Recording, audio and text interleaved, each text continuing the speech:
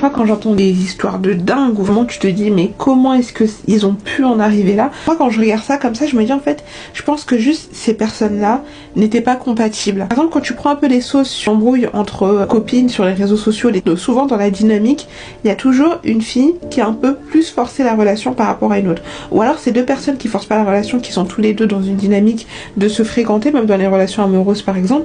Mais en fait, il s'avère que ces personnes-là ne sont pas compatibles. Mais parce qu'il y a l'amour, parce qu'il y a les sentiments, on veut parfois se raconter des histoires, ces personnes forcent les relations.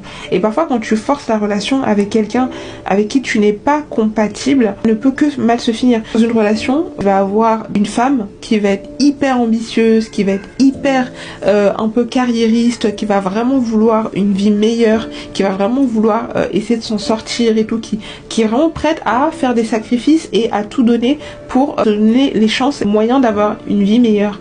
Et en face, par exemple, tu vas avoir l'homme qui va être vraiment très lazy, l'intérêt de vouloir tout ça, vivant une vie modeste, besoin de vouloir absolument grandes choses, pas la peine de rêver grand, quoi. Donc, pour moi, les deux schémas de pensée peuvent s'entendre.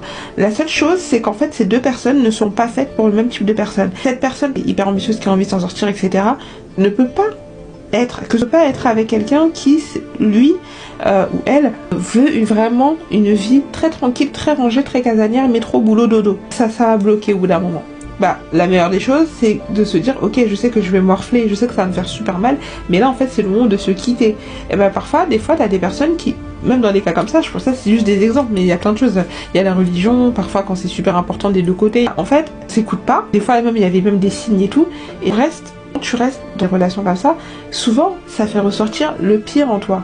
Parce que quand cette personne-là, par exemple, va te montrer cette facette-là, au début, voilà, on va essayer de s'accorder un petit peu. En amitié, c'est pareil, hein.